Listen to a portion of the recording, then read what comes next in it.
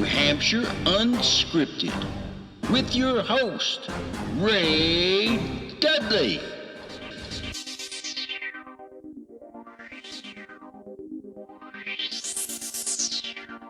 First of all, let me say thank you to both of you for doing this, because I'm absolutely fascinated by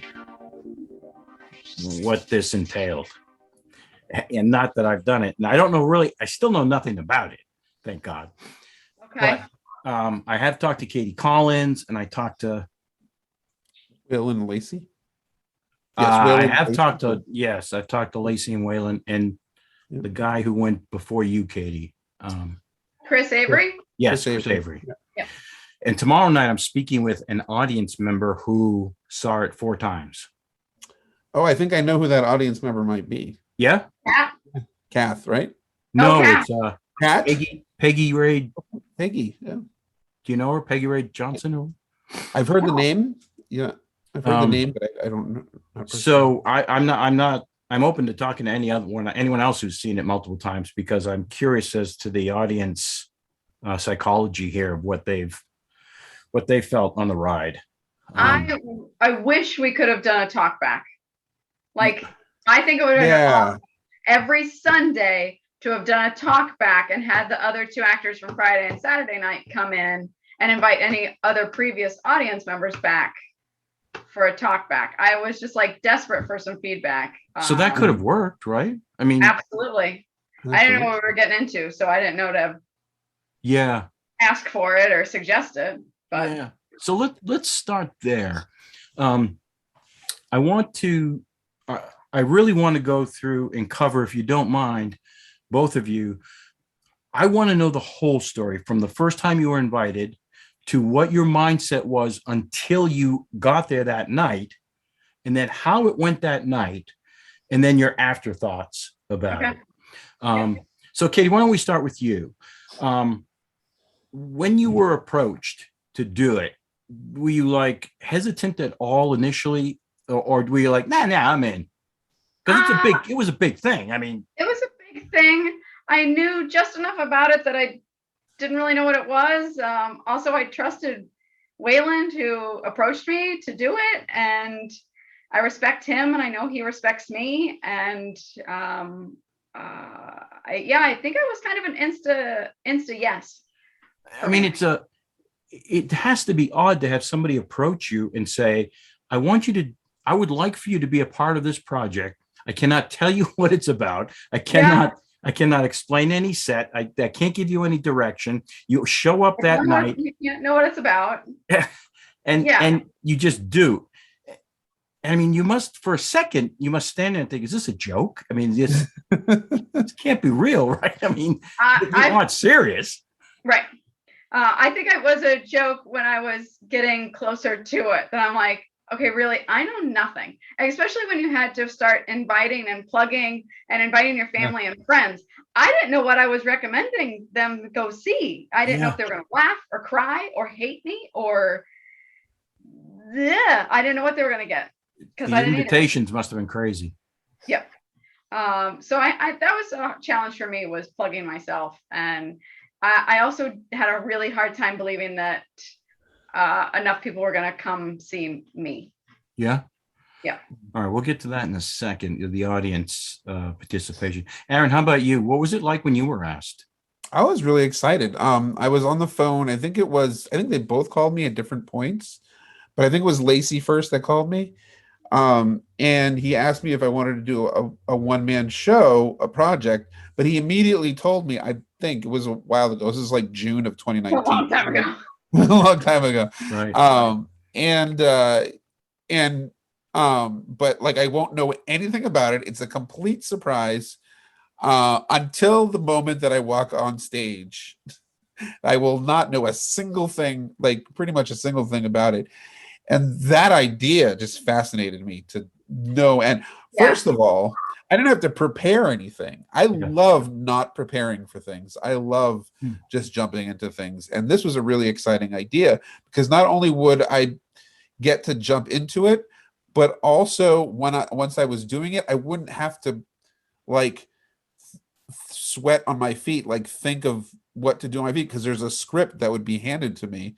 So it's kind of like, in my mind, it was the best of both worlds. It was, I don't have to prepare, but I also don't have to like be 100% responsible for what I do, because there is a guide there. There's a script Yep. there. Yep. You know what Yeah. I'm saying? Yeah. So that I was idea thinking- really, Go ahead. no, that's it. It Oh, fascinates me. I was thinking today almost the opposite of that, in that Yeah. one of the great things about having, I don't know, weeks to rehearse is that becomes our safety net, right? We can take out all the variables, or at least as many as we can possibly think of that might happen, except Right. maybe the light falling off or door not opening or something like that. But so that gives us a sense of security, and it's like, but what it's like, Protection. yeah, But it's like it's a a sense bungee of- jump with a net underneath, right? Yeah. Safety. There's no But problem. you're not jumping into the same ocean. Where is the thing is like when you're rehearsing for a play, you're jumping into an ocean of people expecting you to know what you're going to do, to be on top of it, to have a good performance, you know. Yeah. But this is like nobody in the audience is expecting you to know what you're doing. Nobody, you know, so it sort of evens out a little bit because you don't know what's going to happen, but they don't either. So you're both jumping into it together in a way. Mm-hmm. From my perspective, I love cold readings. Like, I love doing cold readings. I think it's one of my favorite things to do, I guess. But I also think about all the plays that you've done, and you've done that first read through, and you walk away, and that is the most pure version you will ever hear that play or musical or whatever. You know, it's the most pure, and you'll never relive that again. And I guess that's how I looked at this, that I've been a part of and witnessed some amazing first read throughs, because they're just so, pure. They're more organic than Totally. something that you've rehearsed the crap out of, you know, a lot, Or Yeah. you know, because you're going off the top of your head and you're just saying the words, and it's just flowing. It doesn't get much cold reading than that. I mean, then Right. than handing you the script as you're walking on stage. I mean, Right. it's about as cold a reading as you're going to get. But the thing about the cold reading is, and I don't know if this happened to you afterwards, sometimes through that first table read or that first cold read through, you miss the right inflection or intention or, you know, and Or idea even. yeah. And you can make up for that later, because as you reread it, you're like, oh, I get it. And I'm going to get to that in a second. Yeah. So you get the script. No, you get the invitation. Yep. Obviously, it's most of the time it would have been closer to the date you were doing it, not a year away. But fast forward to like a week before you're going on. What in the world what's happening in your mind? Because you can't just throw it away. You know it's coming up. And is there any contact with it? What did Lacey, could he give you anything at all, Waylon? I mean, so what's going through your mind? My parents were coming from out of town to see this. I don't know what they were going to get. I don't know. Were you nervous days before? What? I think more than other shows, all of us were having more people that we knew coming to see us, because we're all responsible for our own audiences, because it's a different performer every night.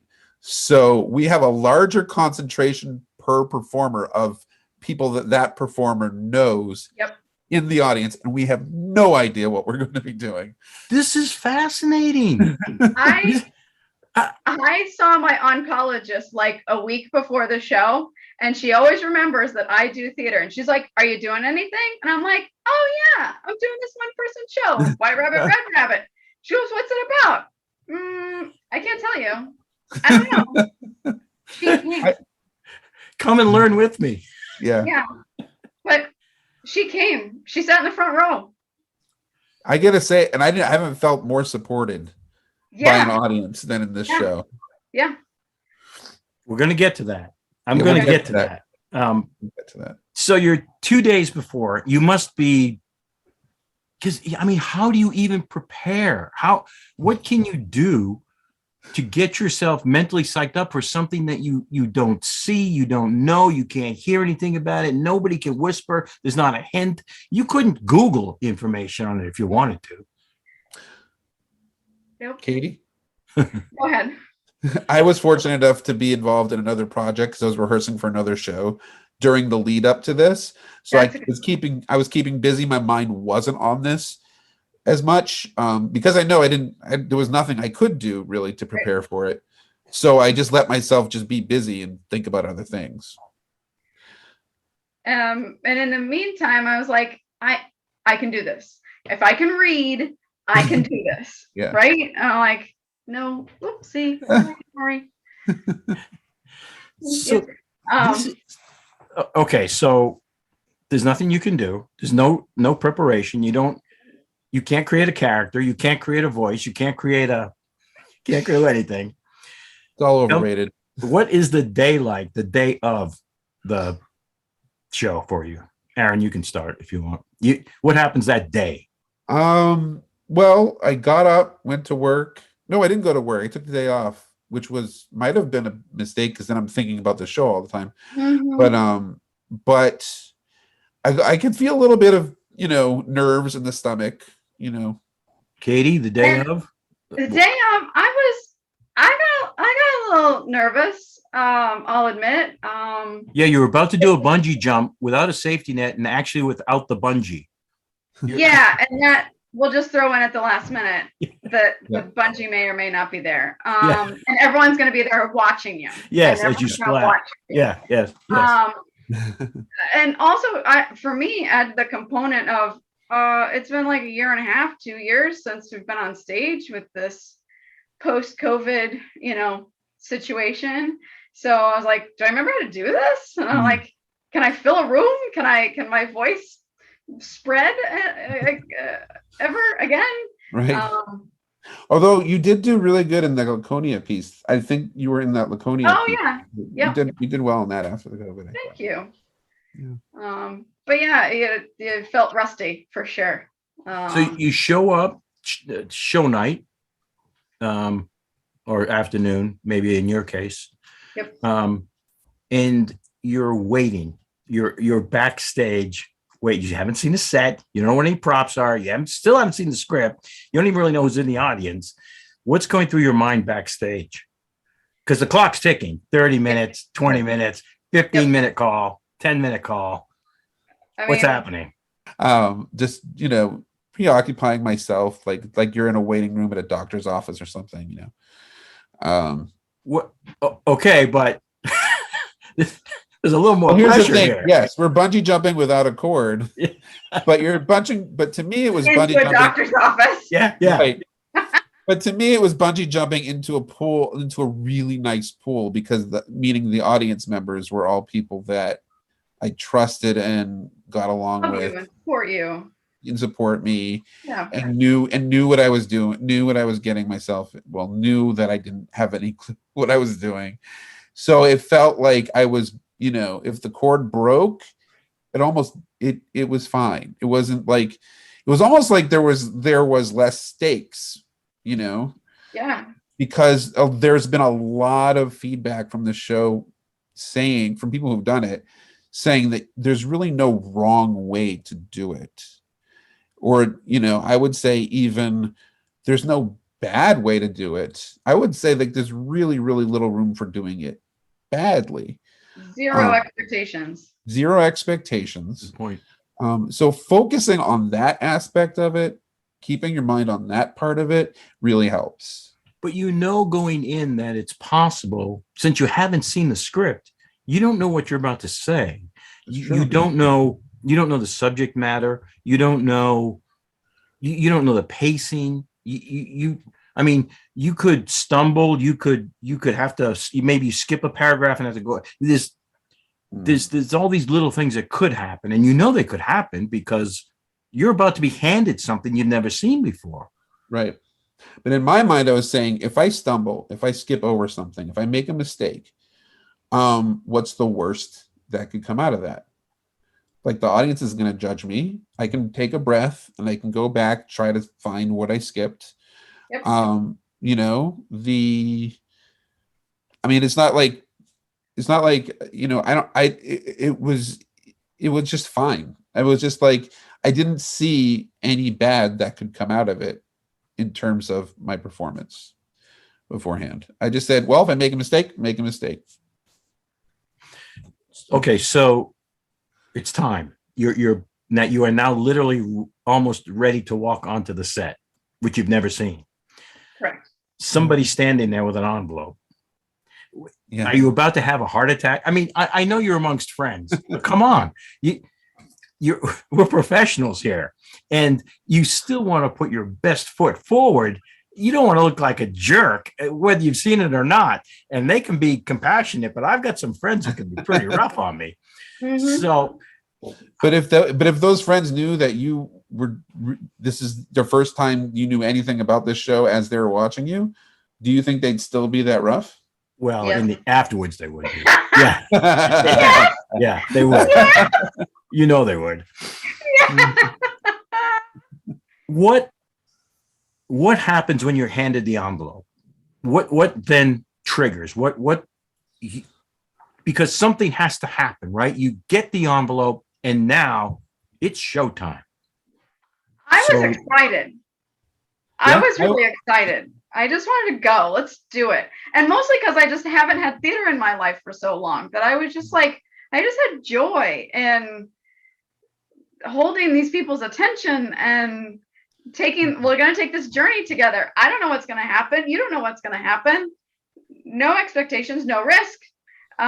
Let's do it. And So has the audience been informed? I mean, besides the fact that you're friends and you've probably told them, the people who are not there because they know you, do they know what's happening? Is there like an announcement before that says, okay, the here's the actor, deal.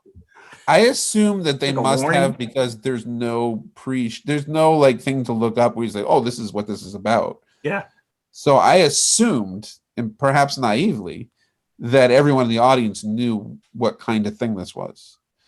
You know, maybe I was wrong. I haven't really thought about it. I just assumed in myself that, yeah, everybody knew the nature of what was happening.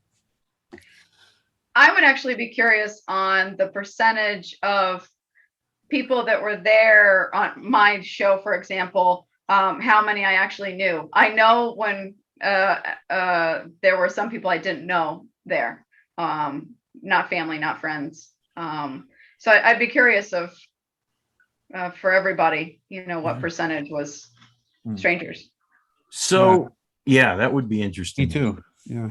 right? So you hit the stage, and what happens? Do you get a chance to like settle down, or are you just in now? It goes. You have the floor. So whatever you do, no one's going to stop you. It's your time. And the first thing I did after I sat down was drop the water bottle that I had in my hand. And nobody laughed. Everyone was silent. So that's when maybe I was No, oh boy, I gotta do this. they were silent. Nobody would. I don't think anybody made a noise. Like, people clapped aloud. Like, when I walked on, people were really very loudly and raucously applauding. But when I sat down and dropped the water bottle, nobody. I think my whatever nervousness I had accelerated and showed itself very plainly when I did that. So I think people were concerned. They didn't want to make me feel like I was being made fun of or anything. Right. I think that's what it was. Yeah. And and then when they handed me the script, it looks the same on both sides. So for some reason, I was really nervous that I would open it in the wrong side and begin. You know, I don't know why I was nervous, because all it takes is just flipping it around and using. Yeah. But I think I was just nervous that I would just look ridiculous flipping the script around if I opened it on the wrong side. But once I was like, okay, this is correct. You know, it's the right side. The words are right side up, and I just began just reading and see what just decided to see where it takes me. Katie, same thing for you? Well, I remember getting handed the script and I stood there and I was excited. But I remember taking a breath, like a full breath. I wanted to remember this moment. Because I'll never get to do it again. Right. So, and that was the other component for me, was I got one shot. So I guess there's the pressure. There's the rub. There's the pressure, is I don't get another shot. Yeah. So I wanted to just take a moment and take it in for a second. How long did it take, do you think, for either of you, for the audience to actually buy into what was happening? Because I know they understand kind of what's happening, but in truth, what they're witnessing is an actor reading a script for the first time and now doing what they do best, interpreting, creating, putting things out there. They're about to see an actor in their native element, which they don't normally see. They don't see the cold read. Yeah. They don't see the cold read though, right? They don't see that first time thing. No cold read. No. So how long did it take them before they were along for the ride and like they settled in? I mean, to me, it felt like they were in from the first moment, because of one of the things about this. Because of your water bottle trick? Probably. Nice trick. Despite their silence, I also interpreted their silence as that they were concerned that I was nervous at that point, but I think they were with me, and I think they were with me from the first moment. And the interesting thing about this piece is that there is no fourth wall. There's no, and which is, I think, has pluses and minuses, but there's no veneer of, it's not storytelling really. I mean, there's, the essence of it isn't storytelling. The essence of it is the person on stage is the author, because the author is speaking through the person on stage. So there's no sense of like, I'm an actor portraying a character. It's in a story. It's more like I'm an actor speaking for the writer. And so I think that has an inherent interest to all of us in the theater, the audience and the actor. It's inherently interesting, and I don't think there's any way to be other than the audience being with you. Because of the fact that you're both discovering it for the first time, and there's no veneer of between the audience and the actor. You're not portraying a character. You're not telling a story. There was no pretend. There's no illusion. There's no pretense of illusion. So are you not creating a character? What's happening? What are you doing at this point? What tools are you using? My ability to read.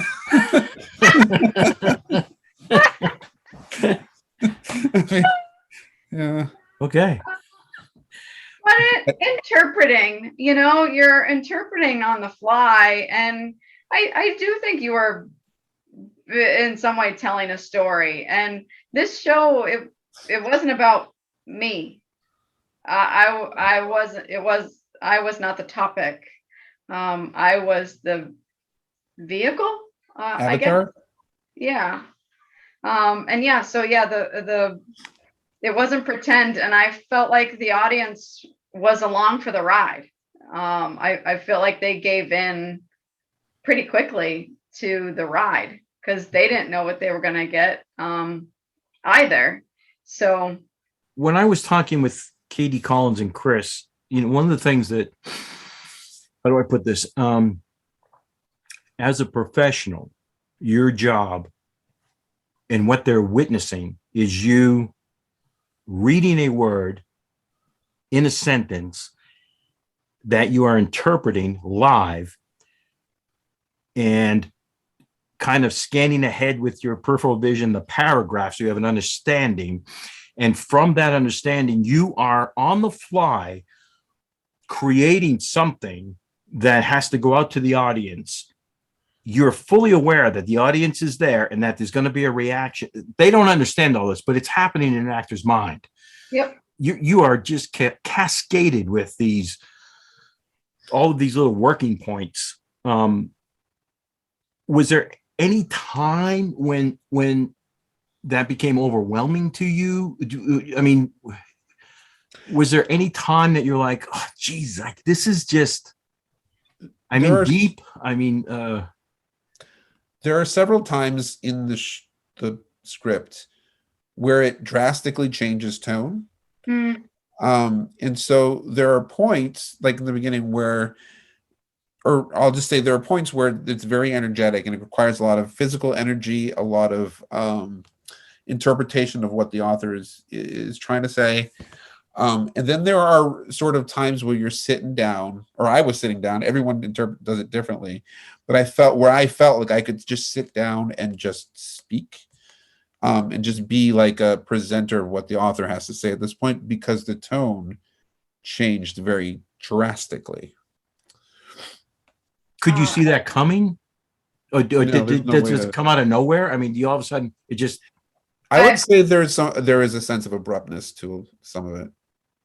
I remember vividly of in many points of getting caught off guard of like, oh, that's where we're going, and oh, that's a sudden turn. You know, there's very playful moments and it's fun, and then it suddenly takes a turn. And I remember pausing at some times and, oh, this is where we're going. And you saw where it circled round, where the circle completed itself. Right. And but you could take that moment, you know, there was no gun to your head, or you got to pick up your pace or anything, you know, you could take the moment. Did you feel in control like that throughout the whole show? Or were you so caught up with adrenaline that you just, because some of us can just go too fast. Mm-hmm. So the fact that you said that you could stop like that, did you feel comfortable enough to like, I have to take this point, or I'm just in full control here and I'll do this? There were parts of the script where I just interpreted it as, okay, this is going to let me take a breath. This is going to let me calm down. This is going to let me not like let go of some of that buildup. And I don't know how it was for other people, but there were certainly moments in the script where I just said, okay, I can take a breath here. This feels like a good spot to take a breath. Katie, you had mentioned that you were able to do that. I'm fascinated by the fact you said I had control. I think that's what you said. Or I did it.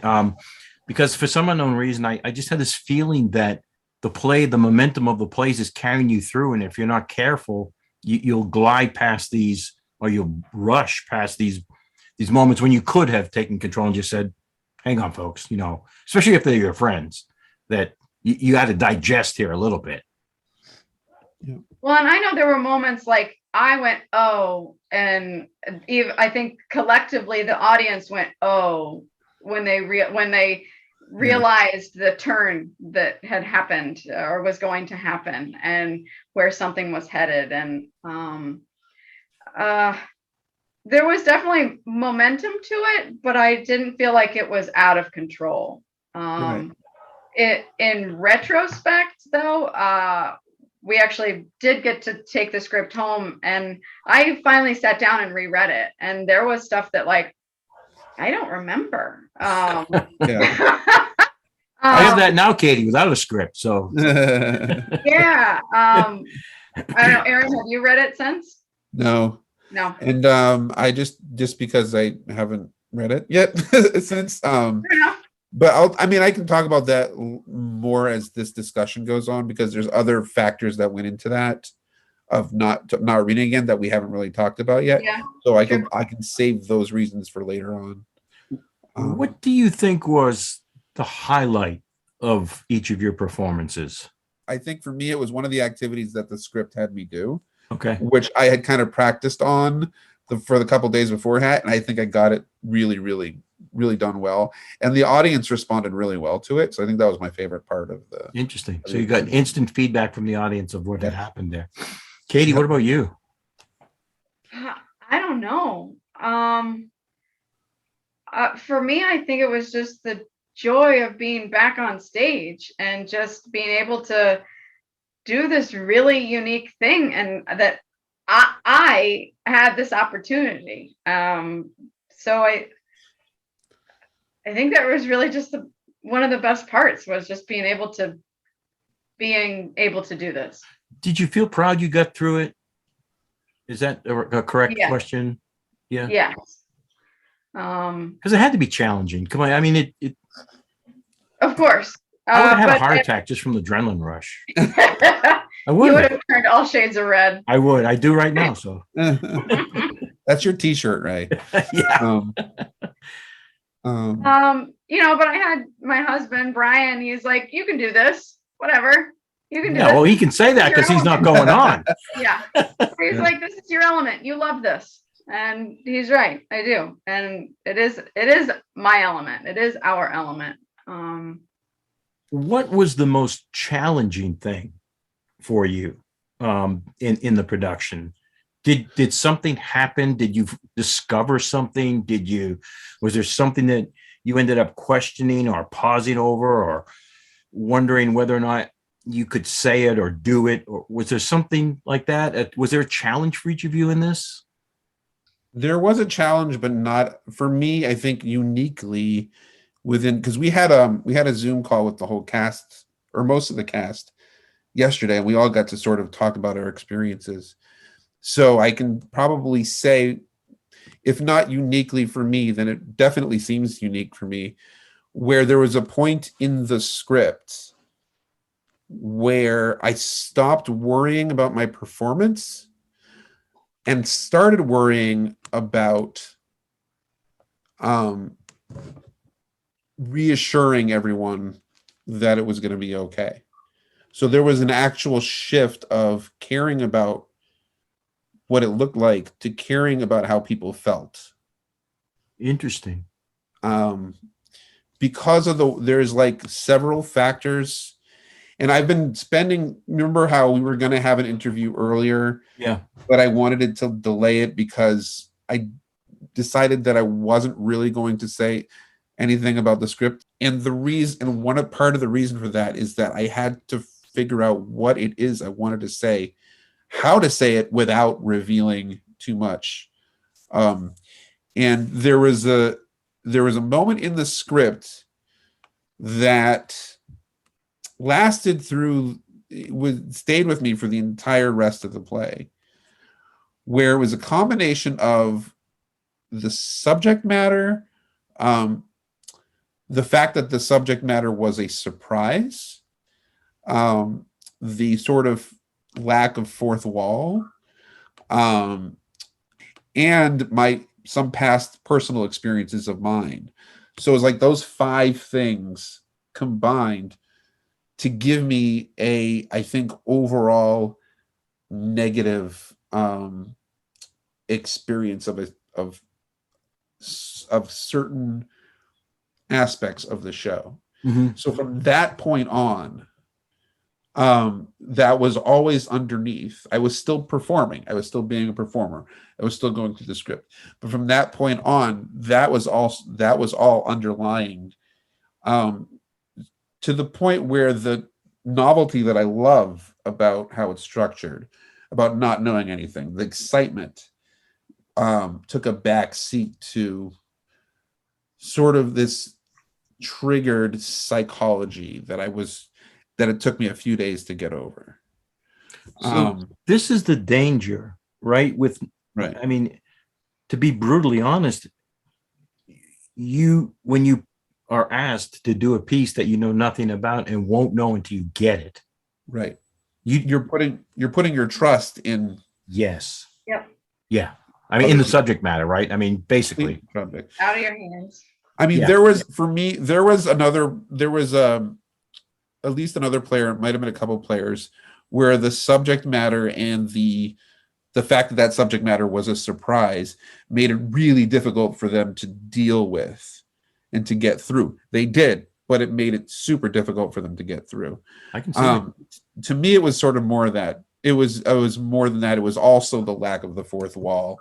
There was some confusion that sort of overtook me emotionally, where I like my sense of reality was kind of skewed, and the trust that I had, the trust that I had in, you know, all these people who were very trustworthy, the producers, the venue, it was played with. I felt like it was played with by the author, or by the piece, I should say, not even necessarily by the author, but by the piece, to a point where I started feeling worried. And that worry never really left me until like a few days. Do you think that bled through to the audience? Could they tell? Judging from some of the reactions, I think they could. I think maybe one or two of them experienced the kind of worry that I did, but most of them were just concerned for me, I think. Katie, any challenges for you? For me, I mean, while it was great, having people there that you knew and loved and supported you and were there for you, on the other hand, as you're going through this, you know everyone else's stories. So all of that is also rushing, you know, flying through my head as I'm delivering this. You know, I know things about most of these people out there, and this may hit people differently. And I felt a sense of responsibility for that.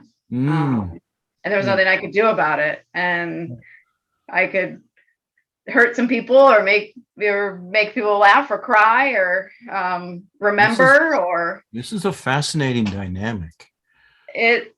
Yeah. Because normally the audience, I know. Yeah. So normally the audience are voyeurs, and kind of, if they pretty much know what the play is about, they understand the story that you're about to take them on. Yep. But at this point, they're almost as vulnerable as you in this case, because they don't know the subject matter either.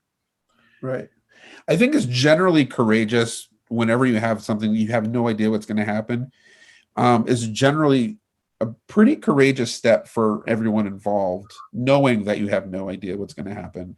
I would say even on some level for the audience, you know, just to even stay there sometimes, you know, they have the choice. It's more conspicuous in the hat box, but they do have a choice to leave if they so choose. There are other factors that would come with actually leaving the hat box, because the door opens, the light comes in, especially on a Sunday matinee. But you know, so there's social aspects to consider. But I think this is one of the most courageous choices that anyway it is not even a conventional format for a show. It's not the kind of format that I've ever, I mean, it's been like 33 years since I've started doing theater. It was less of a play than a theatrical form of social experiment. You know, the theatrical part I was well trained in, but the other part, the social experiment, it just came at me like out of the blue. Yeah. I could see where this could go so wrong. I mean, thankfully, I don't think it ever has that I know of. But the part you don't know anything about past productions because there's so much secrecy around. Yeah. Well, I mean, I didn't see anything bad out there that anybody's ever said, you know, but I could see where, since you're trusting in something you've never read and have no idea, you know, if you came along part of it and it said, now you need to disrobe. Well, look, all these people who are your friends suddenly have a very different relationship. So, I mean, you're walking a tightrope there, right? You are fully trusting. You don't know anything about it. And since nobody's talking about it.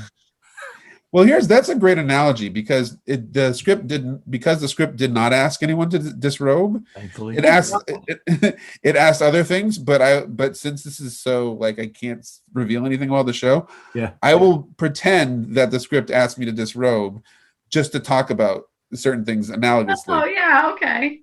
So so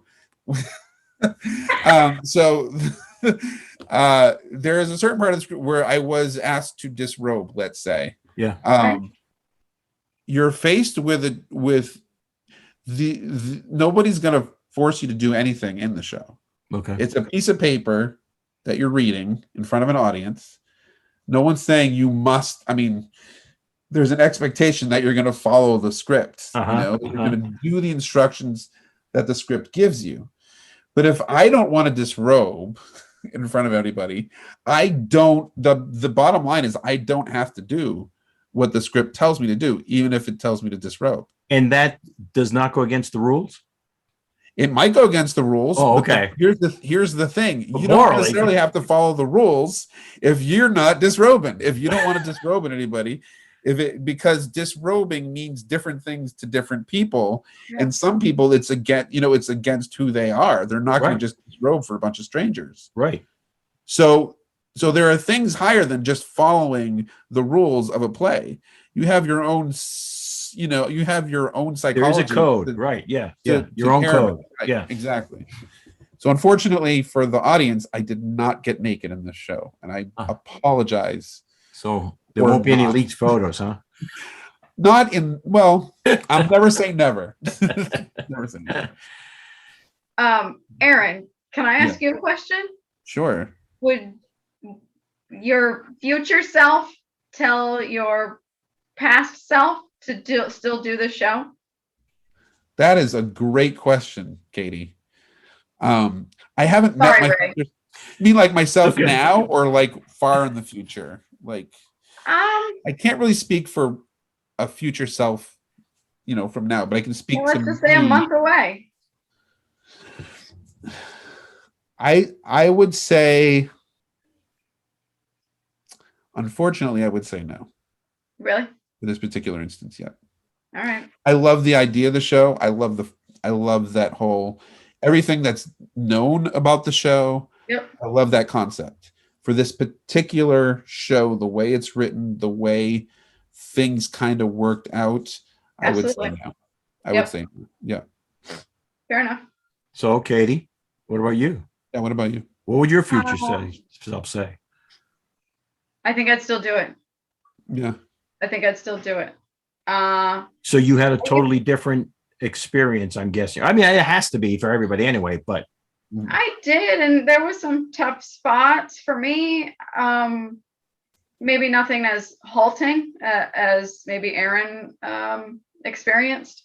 But yeah, there were moments that took my breath away, for sure. What was your greatest tool in this that helped you through it? Was it, Aaron, I know you do improv, and Katie, you've done directing and you've done performing. But when you're up there, and this is a very strange piece, what do you think was your strength to perform this? No, I think it was just the years of experience with reading scripts. So your improv, you don't think was a major strength here? My ability to improvise, yes. I don't know how much doing improv was. I think what doing improv really helped me do was become accustomed to not knowing what I'm going to do before I go on stage. Yeah. So that really helped that way, because it's not something new for me to not know what I'm going to do before I go on stage. And so in that sense, yeah, I think improv helped. I think, but I think also, the years of theater experience and doing cold readings, just also got me through. I think, it's a combination, I guess, of both those experience. Yeah. Katie? I think one of my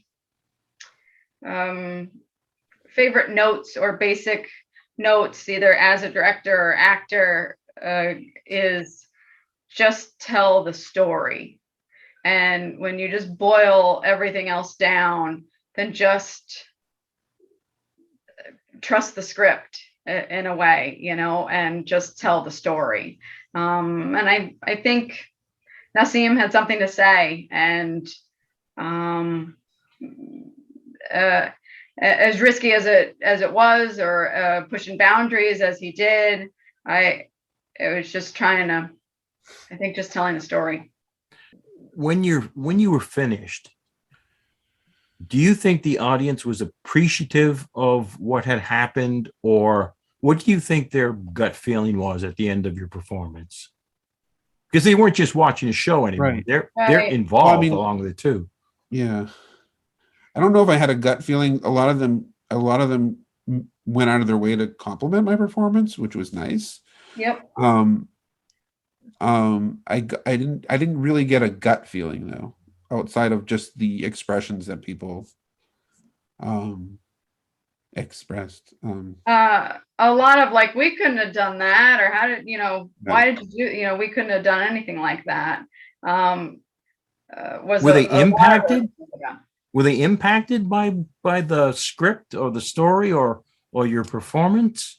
I think one person was obviously negatively impacted because he expressed that. But it's hard to tell. I mean, other than the positive comments, it's really hard to tell if people were impacted, like if there's something in them changed, like something, Mm-hmm. I think that would have to. I never really asked anybody that question. Well, you didn't see anybody like afterwards just sitting there like dumbfounded, or just staring off into space wondering what the hell just happened. Not that I noticed. No. Not in this venue. Like, you couldn't get away with it. Well, everyone's waiting outside because of COVID. Oh, So right. everyone's like waiting outside after the show instead of hanging around the theater.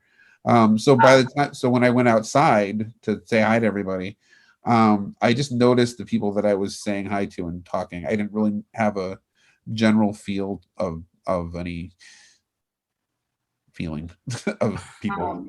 Okay. I actually had a friend of mine come to the show who this was their first show they've ever been to. Like, oh wow, like of yours. Yeah. Okay. Came to this. Wow. And I'm like, they've never been to a theater production. And this was what they came to. And they thought it was amazing and they loved it. Good. And Yeah. I'm like, but this isn't normal, That's how it works. I remember one time I played a mission person in Guys and Dolls, which is like, it's just it's a group of people that don't get a lot of songs, they don't get a lot of dances, they kind of walk around and and when a couple of friends from school, this is like when I was in high school, a couple of friends from school kept wanting to go see a show of mine and never got a chance. They finally got to go see me in Guys and Dolls, and it was a mission person. So, I mean, yeah. Anyway, that was funny. Your performance is done. Yep. What happens when you turn that last page? You hit the last line. A sigh of relief. You take a moment. What's going on here? That's a great question. It's kind of hard to answer without revealing too much of them. Oh, dang it.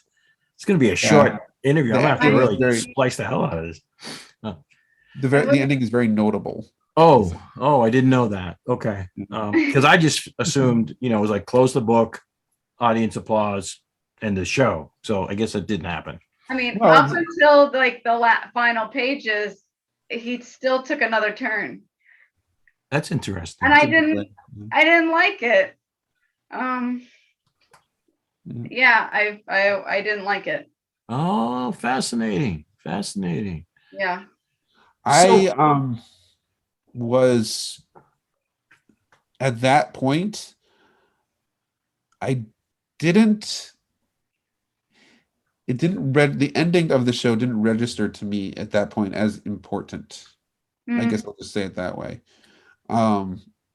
It didn't register to me as significant to the rest of the show. Oh, that's an interesting read on it.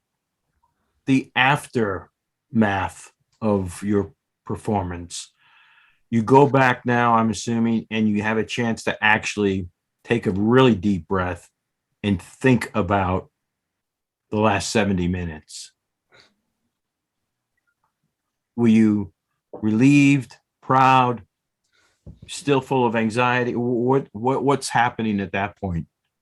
Because you're never going to do it again. I You only had the don't, one shot. Right. Were you happy at that time with what you had done? Were you like, okay, I captured that. I did that. I know I spent a lot of time trying to just remember what happened. I remember starting it saying I need to remember this, Yeah. but going through it as you're delivering and interpreting, there's only so much that soaks in that you can recall. And I just spent a lot of time trying to recall it and what just happened. And it started here and ended here. And there was this mess in between. Yeah. I get that. I can see that happening. I Yeah. really can. Especially with all of the hormones that are flying through, the adrenaline and the dopamine, you just, because you are there's so much happening. I don't know if the audience really appreciates, unless they're an actor or a performer, maybe, what's going on in this 70 minutes that you were doing. There is a lot going on. A lot. I mean, I said this to Kay. I said to you, kudos. My hat is off to you guys. I know what is taking place in the mind of an actor who has been handed something that they now have to create from nothing in front of a live audience, never having seen it before. That's an almost untenable action. And the subject is gritty. It's not all fluffy. It makes you think. It makes you scratch your head. It makes you question yourself and others and reality. And yeah, I have to say, if I'm going to be completely honest, that at the end of the play, I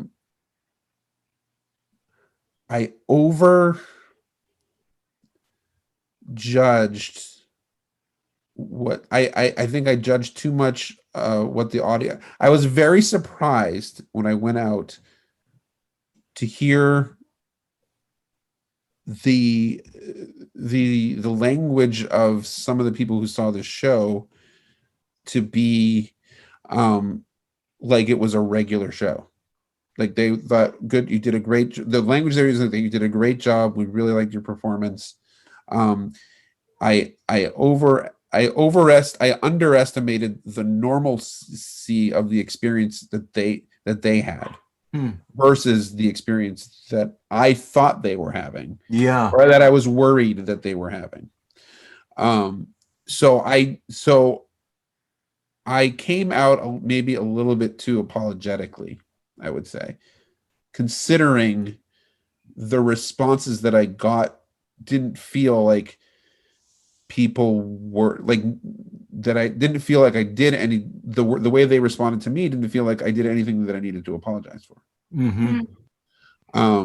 So over the next few days, I really had to let that sink in, and I really had to listen to responses, and people wrote me long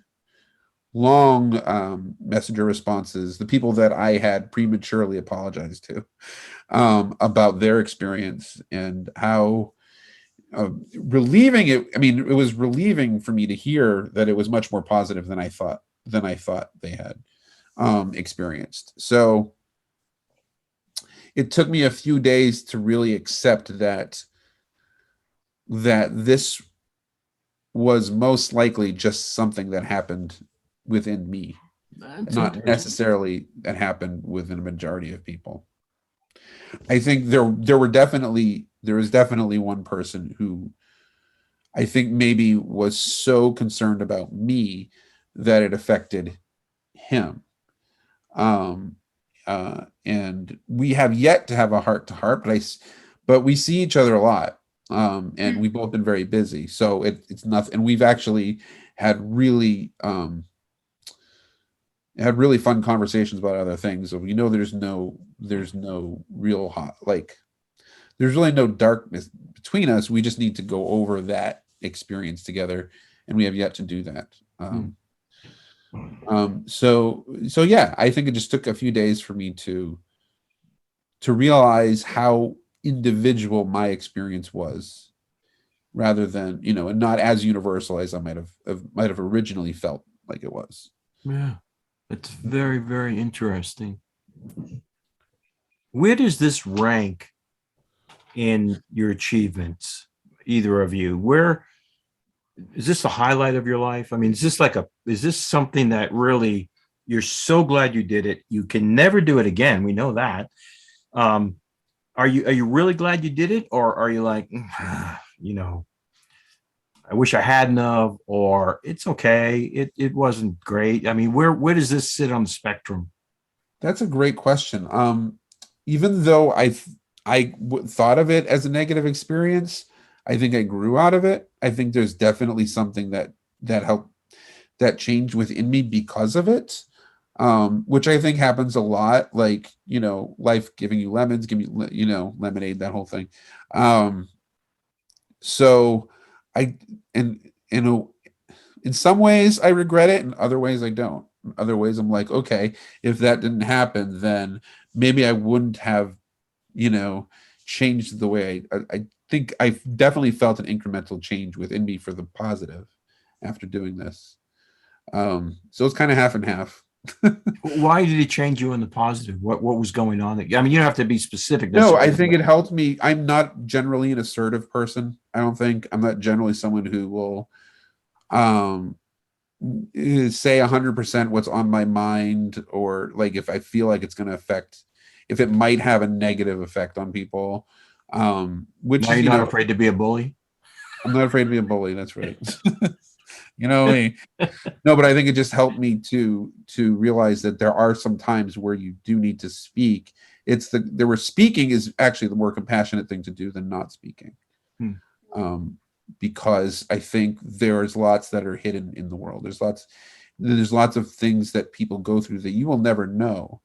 But then if you go out there on the limb and say something that's inside you, then it might awaken that thing in someone else who hadn't had the courage or the will to say it, So I think I've learned the value of saying what honestly might need to be said.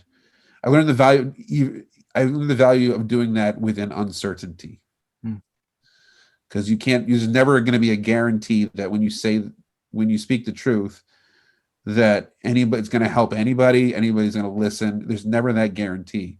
Right. And people are going to judge you. There's never a guarantee that it's going to help something or someone, but it's still important to say it in certain cases. And, it's the beginning of the struggle to find the right way to say something, and to find the right venue to say it in. Wow. I think in that way it's helped me. Thank you. Katie, what about you? Where's this lie on your spectrum? I think it's pretty high up there. Obviously a once in a lifetime opportunity to do, of course. I just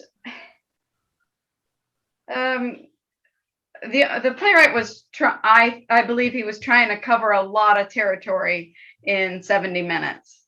And some of what he was trying to say, I think I admire.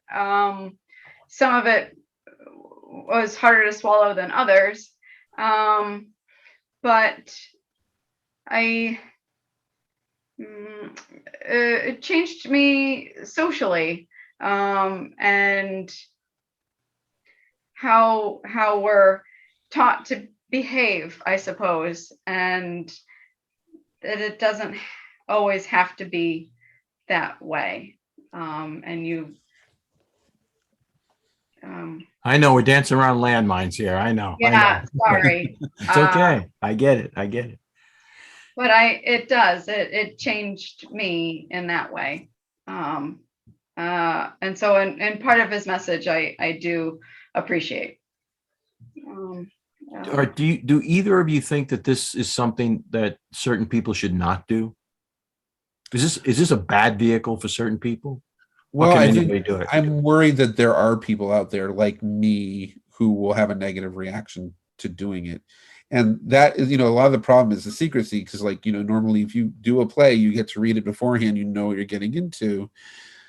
The downside of the secrecy is that there may be people like me who do have a negative experience and maybe aren't able to lift themselves out of it or lift out of it. So to be honest, I do worry about that, which is part of the reason I'm doing this podcast. Oh, good. Well, because you just don't know who might. Right. And the problem is, like, if you're going to perform in it, you have no idea what is in it, but the producers have read it. The producers do read it. So the producers can know their actors enough, maybe try to know their actors enough to determine if, this might be something that they, that might have a negative impact on them, Is this a moral issue? I would think so, to me. Okay. Yeah. Okay. We don't have to get into it, but I never it really seems thought- like yeah, it I would never- be, because I can see where one person could write something that you morally don't agree with, but you're about to say it or perform, or I don't know, whatever the heck it would be. But I could see Right. where you could struggle with that, Yeah, well, it's not. I mean, again, there's other elements to. It's not just what they wrote in terms of what you have to say and perform. I think there's a certain. I mean, if you're going to judge the impact, it's really hard to judge the impact on something that's been so secretive, like on people. So I'm just going to throw my only thing is I'm going to throw my experience out there, and people can do whatever the heck they want with it. Well, you can't be alone. I mean, hundreds Right, of thousands of people have done it. So yeah, who knows? Who knows? You don't know. You don't know the information. It's a secretive project. This is Area 51 or whatever the heck it is. This is Right. Katie, what about you? You think anybody can do this? You think anybody shouldn't do it? I think I'd agree with Aaron on that one, that there's probably some people it's not either right for or easy for. And I guess I'd have to rely on producers to gauge that as best they can. It's intense, no doubt. And the longer you live, the more life experience you have, and the more triggers and muck that it's gonna touch on. Does the years of acting experience make a difference? Does that come into play at all? I mean, can a brand new actor be able to take it on as well as maybe someone who's been performing for 30 years? In my mind, I don't know. That's a great question. That is a great question. I think it requires a little bit of seasoning. I don't know that I'd throw someone out there for their first attempt at showbiz on this one, but well, yeah, because I think I would agree with Katie on that, mainly because your first time at anything really leaves the biggest impression on you, or a big impression on you about the whole life of that thing. So like the first play that I did was so fun that doing every other play kind of gave me this message that doing plays is fun and doing plays is enjoyable. So I think doing this, I wouldn't recommend this as a first time performance thing. I agree with Katie, but in terms of experience, it's really hard to judge because there really is no, like, if you go see a regular play, everyone has their sort of standard of like whether that was a good performance or a bad performance. But with this play, there really is no such thing as a good performance or a bad performance, as long as you're reading the whole play and doing what you think you should be doing. I wouldn't know how to judge that as an audience member, or as it's because you're seeing the person. You're not seeing, it's not like you're seeing someone playing a character and within a narrative where there's a invisible wall between you. You're seeing the person doing it. Could this be done at a high school level? It could be.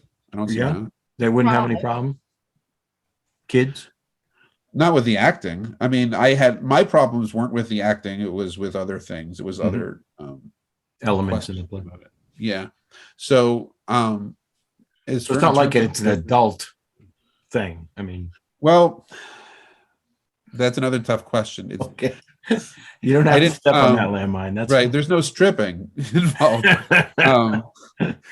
But there is some tough subject matter, which I don't know Okay. if necessary. Yeah. I don't know. Katie, what are you slipping in there with? No, I mean, I'm not a parent or anything. I don't know. Would you want a high schooler doing it? This is bad Like for I'm radio. going back to like my high school theater teacher. I think she'd expose us to it. She was pretty progressive, and I think so. And one of our other performers who did this was a theater teacher, and some of her students came to see it. So A big part of me does not believe in hiding things from. right. It says the man who took a script he had never seen and walks onto a stage to do it. That's not what I mean. But Yeah. that's not what I mean.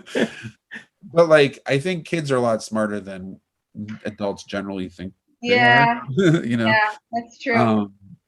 And so censorship is the word I was trying to think of, not hiding, but I'm not a big censorship person. Because I think if someone wants to learn about something, and they don't have permission, they're going to probably find some other way if they really want to learn about it. So, and then that just makes it worse because now you're not there to guide them.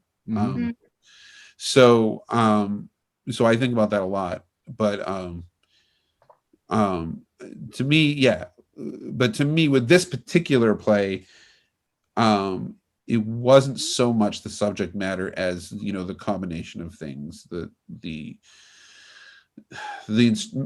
instructions and the way that things are played out and the circumstances. I think I wouldn't know really. I think it would be up to each producer who knows the script to decide. Okay. Both of you were in the final weekend. So after you were done, did you, besides your Zoom call yesterday, did you have a chance to talk to other people who had done it the previous weekends to kind of match up how they felt, how they did? Did you have things in common? Did you go over that at all? Did you find that you did the same things, or you said, "Oh, dang, no, I didn't do that.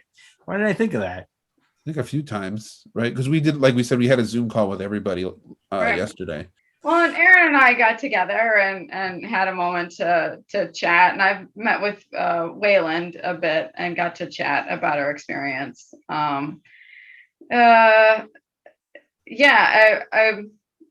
And the Zoom was hard to really get a heartfelt discussion or take on everyone else's performance. That was the only time you guys have talked, Yep. the 9 of you? Yep. It's so hard to get people's schedules. Or like cats. Oh man. Yep. I would have thought you would have loved to have had a dinner or something and to sat down and just, decompress or whatever they call that. And you would have, but everyone's schedules like all over the place. It was oh man, nightmare. I imagine it was a nightmare trying to get everybody together. Everybody's in a show, and right. So, that's too bad.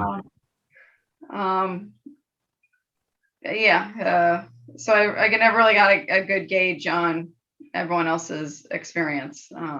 Would you ever produce this show? Well, I wouldn't, but is that because you just don't care for the piece? I mean, no, it's just I wouldn't want to put anyone else through what I went through. I mean, that's basically what it comes down to. It's like I don't want to risk that. But. Yep.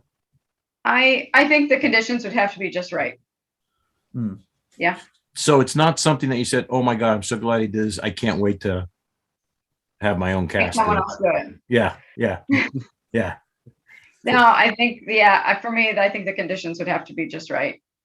But kudos to Wayland and Lacey for bringing us on and putting it out there, and I love it, and that we have the hat box to do it in, is perfect. Yeah. I think it's a very courageous thing to do. Yep. There is so much to worry about I would imagine, in putting on this show, that just to go through with that. The kudos. irony of that statement is amazing. There's That? no direction. There's no Right, no I know, right? rehearsals. Right. It's not about the things to do, but the things to think about in terms of like your fears or what's going to happen, and like, so they went through that and they stuck with it. And I think that's amazing. Yeah. I don't think I have any more questions. You guys is there anything else you want to say about it? I found out yesterday that the author is really open to emails. Yeah. Yeah.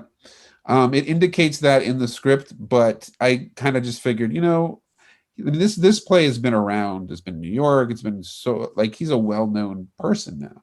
So I just kind of assumed, I'm going to send him an email and I'll never hear back. Right. But yesterday during the call, it was brought up that he's very quick at responding to emails. So I am going to compose an email to him and have a back and forth with him. And I don't have to keep any spoilers. Good point. Yeah. Good point. So I'm assuming that with your newfound honesty, that you I was a lying shithead before, but now. Katie, how about you? Anything else you want to add? Anything I didn't cover? No, I think you really covered it from pre-show to post-show. Okay. Yeah. I really appreciate you guys your time very much. Oh, you're welcome. I appreciate your time. And tomorrow I'm going to find out the psychology of why someone would see it 4 times. So I can't wait to hear that. I think I know 3 people who saw it 4 times. No kidding. I'm fascinated by it. I can't wait to talk to her about what she discovered. Yeah. And the differences in the shows. Yeah. I hope Katie's okay. I don't know what happened. Did she leave? Yeah, I haven't. Oh, yeah. I didn't realize that. Yeah. I was like, where did she go? I didn't get to say goodbye.